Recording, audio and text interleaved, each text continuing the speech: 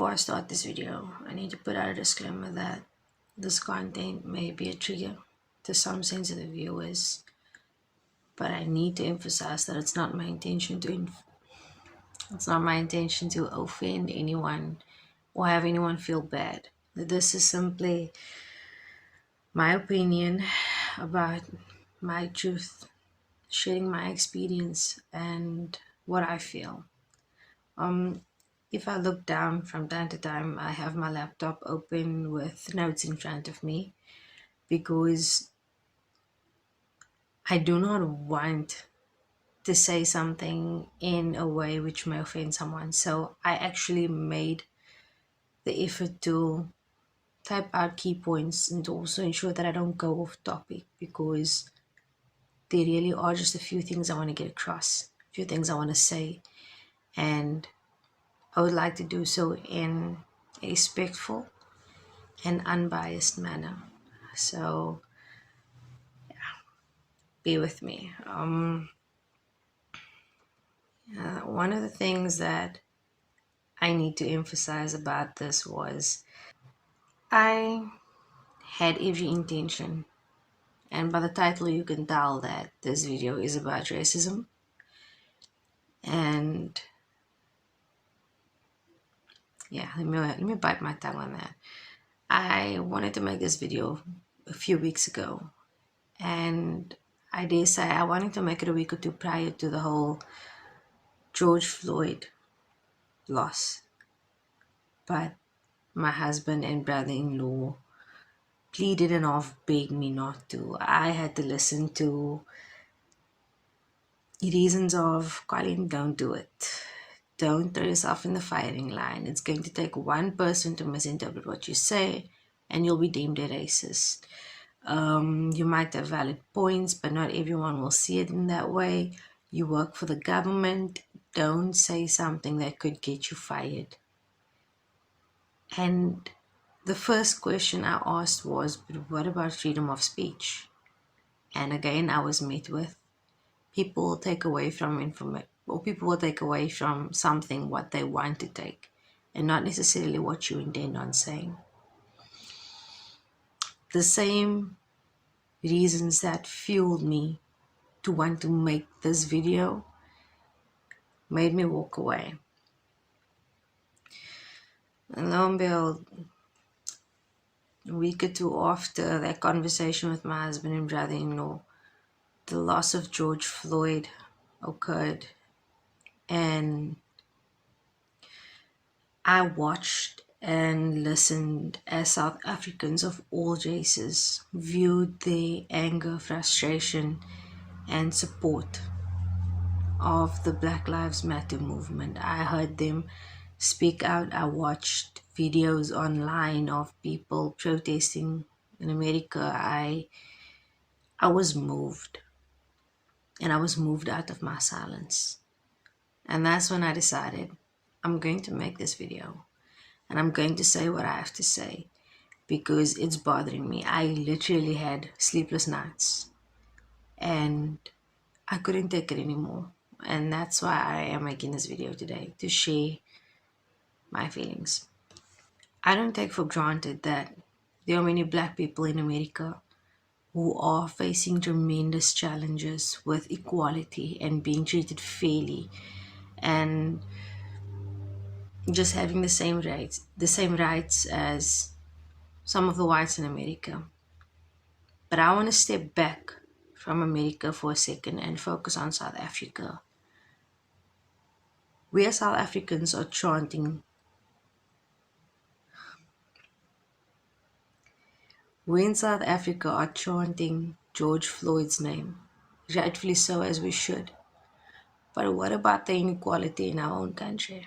And what about the fact that we, as people of color too, are being held back?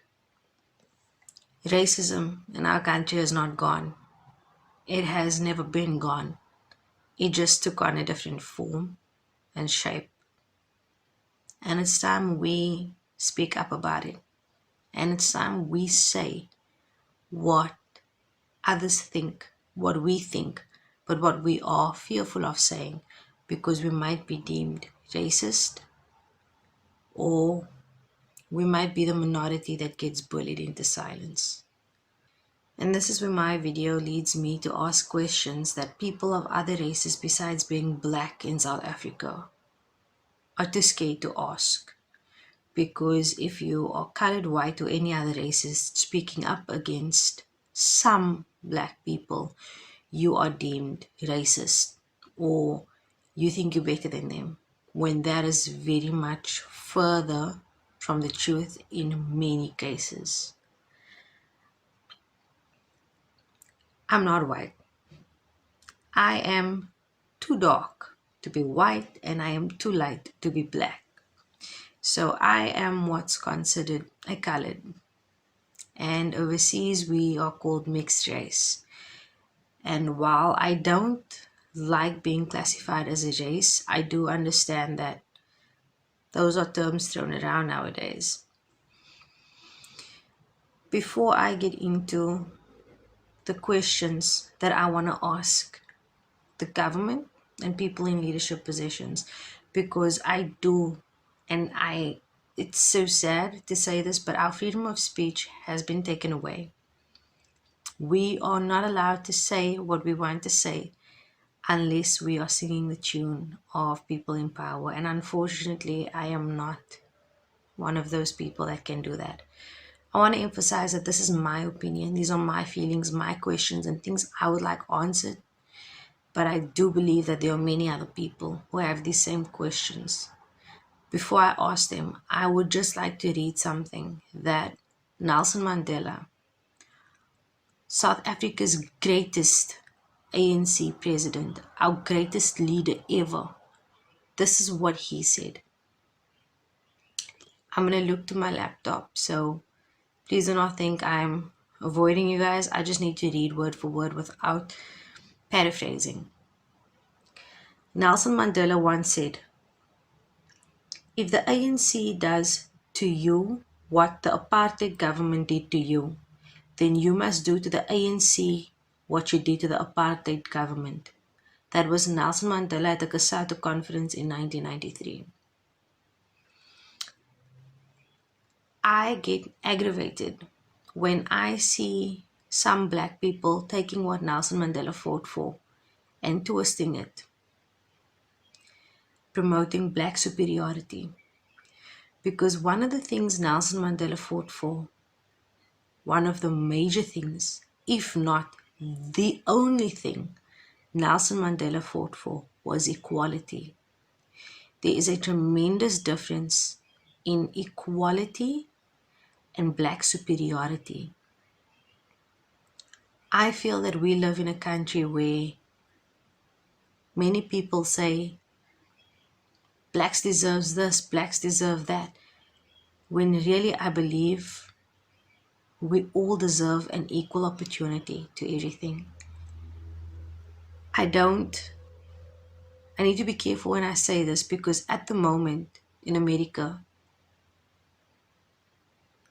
the Black Lives Matter movement is fighting for blacks to have equal rights. When I feel that here in South Africa, and based on experiences I've had, we as people of color and some of, I dare say, white people have less opportunities, because here I feel like black people have more opportunities than we do. And I say this and I say this again based on the fact that I've had personal experiences in that manner, and I'm not going to call out anyone, but I just want to state what happened. I'm going to go down to my questions, so bear with me for a second. The first question I want to ask was, our fearless and selfless leader, Nelson Mandela,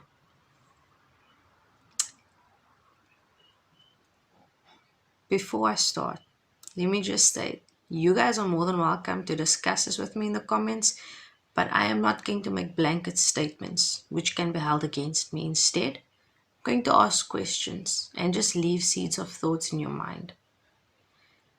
And the first question I would like to know is, or would like to ask and have answered is that our leader, our fearless leader who fought for rights, or our rights, did he not fight for equality amongst all races and not the superiority of one? Because, as far as I understand, Nelson Mandela fought for everyone to have equal opportunities in this country and all over the world. The second question I'd like to ask is, not too long ago, a white woman made a racial remark towards one of our leaders or our president, and she was bashed publicly on news outlets because of how outrageous her remark was. My question is, why was the same action not taken against a black man who made racial remarks saying that coloreds are a race born out of rape and we are not important? Why was one of the people who are black and is in a leadership position in South Africa allowed to throw racial slurs around us as coloreds, and not the same amount of publicity was brought to those black people? I just don't understand. My third question: why does South Africa have something called BEE, Black Economic Empowerment?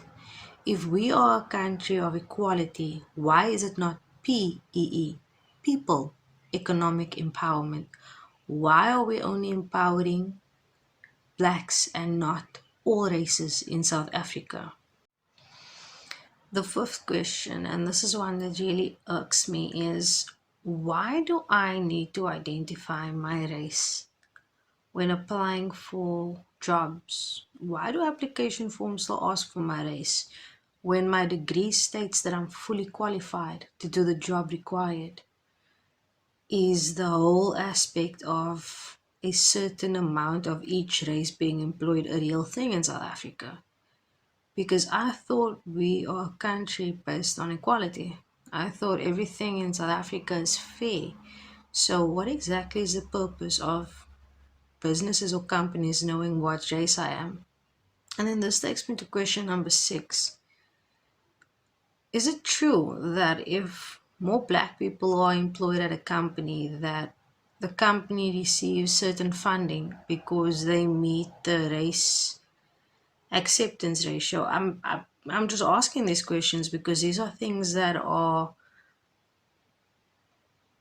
experienced by certain people in South Africa. I mean, I remember my husband being told, well, you are really good for a job, but we need more black people to get the ratios right. I was dumbstruck. I was completely sidelined when I heard that. So these are just things that's going through my mind. And then that takes me to question number 7. Why is it that on widely available news channels like SABC news channels in South Africa, why are the large amount of farm murders which are occurring, where majority of white people are being killed on farms, why is that not being brought to news outlets as often as it's happening? So if 100 farm murders happen, why is that not mentioned on SABC news outlets? And then number 8, why is it that the the hundreds, if not thousands of coloreds, majority coloreds on the Cape Flats being killed, murdered, slaughtered? Why is the news outlets not reporting on that? Why is that not on news every single day? Since that happens almost every single day in the colored communities on the Cape Flats. And now a question might be asked, you thumb sucking this crap? No, I work in those areas. I used to live in that area. I hear about it on a daily basis. When you go onto news forums on Facebook, it's distributed openly for people to see what's happening. So why is it not making the news? I'm just confused. I'm confused how South African leaders can preach about equality and democracy when it's quite clear that they aren't practicing that in South Africa. And I'm not saying this to step on anyone's toes. These are just questions that we have, that we need answers to, because we're not getting this information from the ladies where we should. I am well aware that there will be the few people who take what I say way out of context and have remarks made or said that I'm racist, I don't like black people, I want black people to struggle. That's far from what I'm saying. What I'm saying is, I need South Africans to stop acting as though apartheid in South Africa is done, it's over, and it's gone. Because it's not. It's still happening, it's just happening in reverse. I have amazing black people in my life whom I love and adore.